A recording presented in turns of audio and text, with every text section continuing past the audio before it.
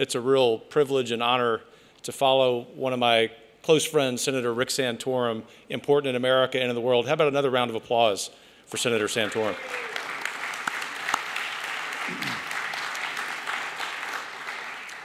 Well, it's also my real honor to be with you because it's always exhilarating to be associated with anything going on in the great nation of Hungary. It's not just because I love this beautiful city, but also because the Hungarians, you, are a historic people. You might say all nations are historic. You might say everyone has a history. You know, as an American, an adopted Texan, I might say that my cultures do too. But not everyone has a history like Hungarians. And not everyone, this is the key point, not everyone manages to keep their history. And I and several of my colleagues from the Heritage Foundation, all of us have the privilege of representing common sense and truth and conservatism around the world. We wanted to be here in large numbers this week to support CPAC, but most of all, to support you, our friends in Hungary, because you are so focused on keeping your history.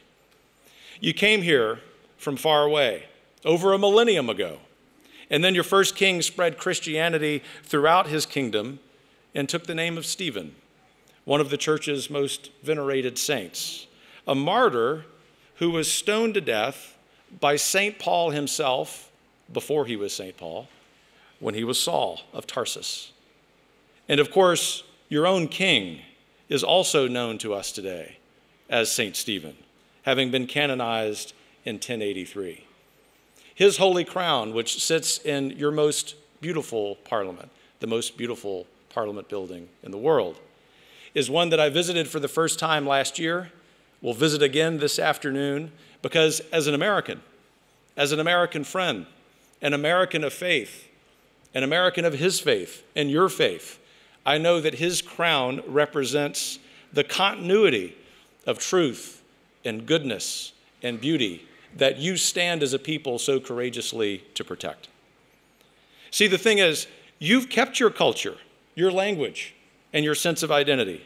You're surrounded on all sides by European languages, German, Slavic, and Romance, the three largest Indo-European language families, and you have held tenaciously to yours. It makes it a little difficult for those of us who don't speak your language, but you're very, very courteous. So how can a visitor like myself not stand in awe with what you have done?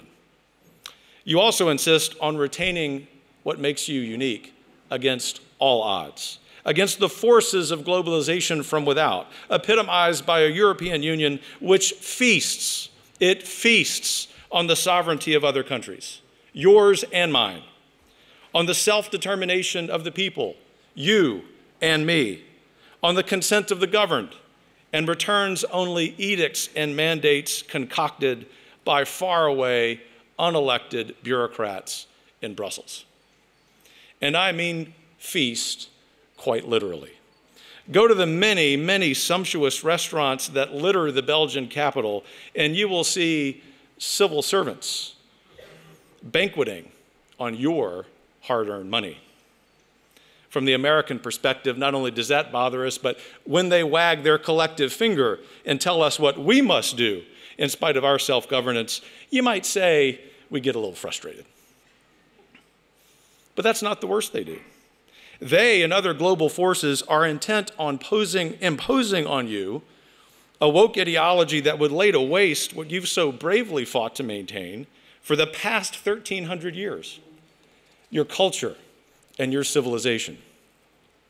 They are the spearhead of a new global order trying to replace the nation state with international governance. All regimes have a worldview, and woke is the ideology of the global regime. But you are standing in the way. You and your leader, Prime Minister Viktor Orban, are saying no, and I'm here to tell you and him, thank you.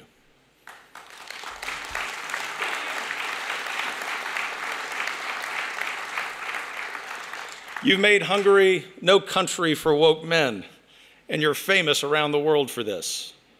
You're heroes at the Heritage Foundation and in my family.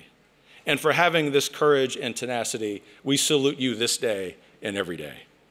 The fight against woke is a fight for all of us. It's our new internal common enemy. Outside, we face China and Russia. And make no mistake, my friends, China and Russia are our enemies. Let me say something about China as a friend. It is to the Chinese Communist Party very important that wokeness continue, because it is through wokeness, it is through the deterioration of the nuclear family that the Chinese Communist Party becomes ascendant in the world.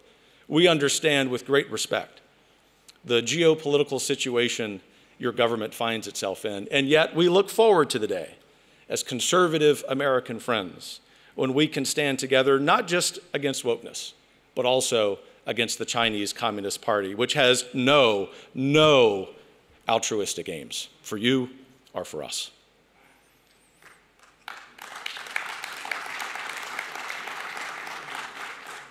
But domestically, we face the forces of woke, and they're just as destructive. This is an agenda that neuters the next generation of men. And sure enough, we see a crisis of young men throughout the West. The young men we need to lead us to a better future are purposefully being stunted spiritually, emotionally, and even physically. This is not a glitch. It's part of the plan. It reminds me of what the great writer C.S. Lewis referenced already today by my good friend Bob McEwen. What he said, "We make men without chests and expect of them virtue and enterprise. We laugh at honor and are shocked to find traitors in our midst." You see, we conservatives have exposed what woke means, and this has given the term a negative connotation, something that infuriates the left. And every time they get infuriated, it makes me smile. But woke is something more pernicious than its silly name suggests.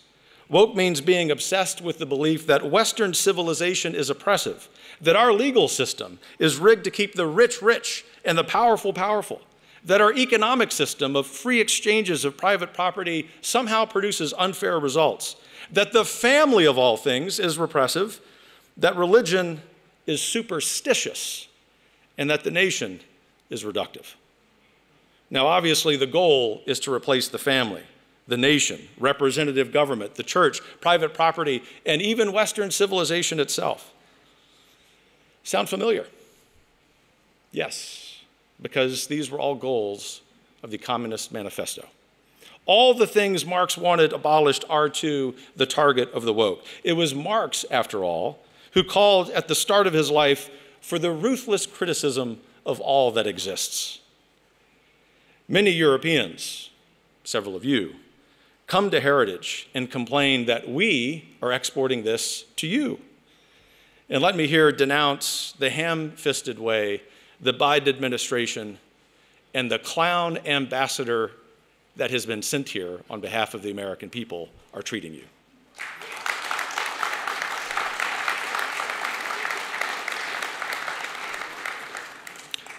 But I only half-jokingly remind my friend, my very good friend, your Hungarian ambassador to the United States, CPACHungary, that we imported all this from Europe ourselves. In the Hungarian case, from your countryman, George Lukács. Because you see, the woke Marxists of today are cultural Marxists. They don't believe any more on the primacy of the factors of production, and they sure as heck don't see the worker as the revolutionary agent.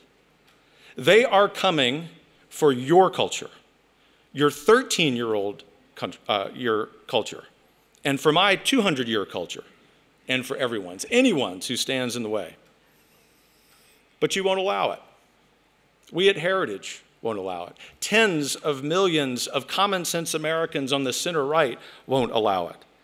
This is a new transatlantic alliance, an alliance that is born on what we share, common truths, permanent things, eternal principles that, even if we wanted, we don't have the power to change. Even if they wanted, the powers that be in Brussels and some of them in Washington don't have the power to do. And so, my friends, I close with this note.